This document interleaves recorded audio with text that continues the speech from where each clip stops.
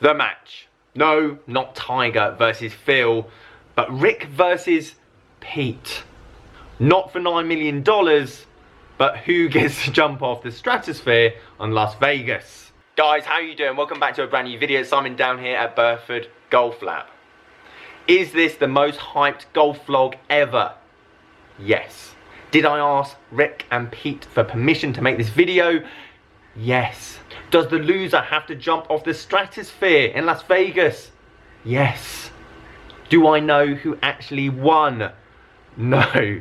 Do I want to hear your thoughts about the match and everything surrounding it? Yes. So every post I saw from Rick and Pete about the match saying who do you think is going to win, their fan base was obviously biased and obviously went with whoever posted. So this is neutral ground. I don't want you to tell me if you think Rick or Pete's going to win. I want you to tell me how much. Do you think one of them's absolutely going to dominate the other?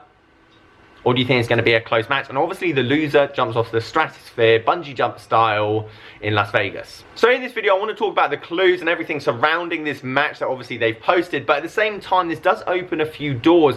And what I want to ask you guys is, who would you actually want to see play a game of golf? And I'm not talking about professionals, tour pros, or even YouTubers. What about celebrities? For example, I'd love to see Samuel L. Jackson play Justin Timberlake.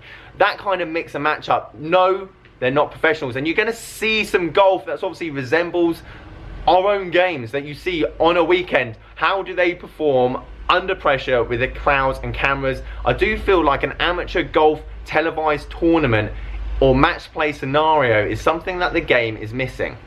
So leave me a comment down below who you would want to see the most non-professional matchup. I would love to see your guys' thoughts. For example, Donald Trump versus Kim Jong-un.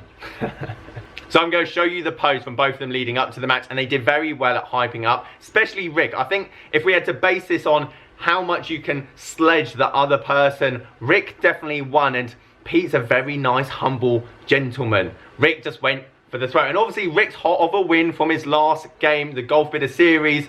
You can see a few posts, obviously Pete saying it was obviously down to luck and bounces, which game of golf definitely can be, but in match play it all counts.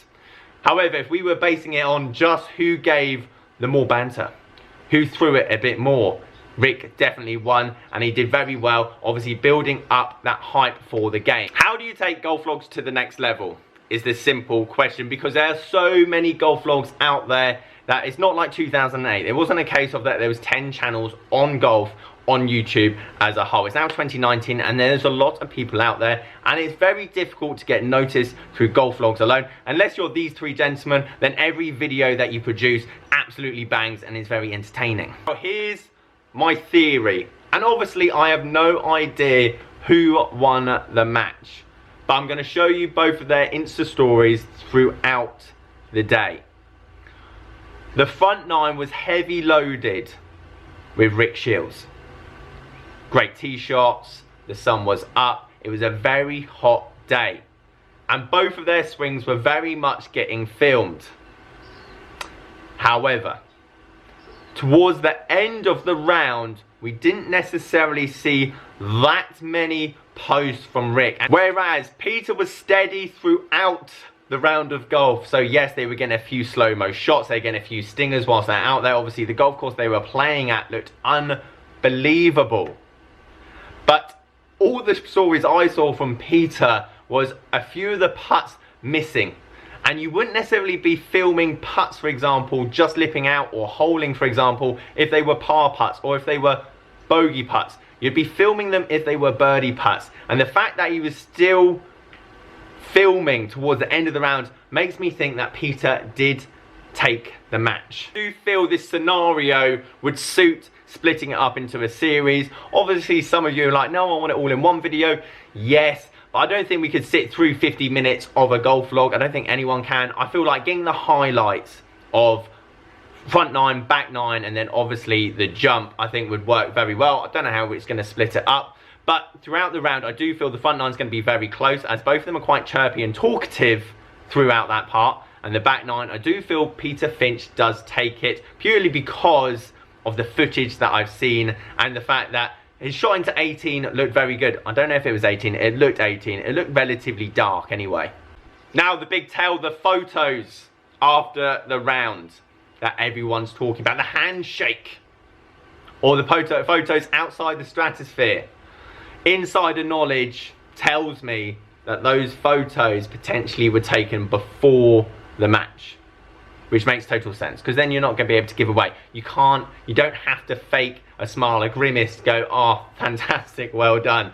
So I do believe the photos were taken before, which makes sense from both the boys, as it leaves basically no clues to who won the match.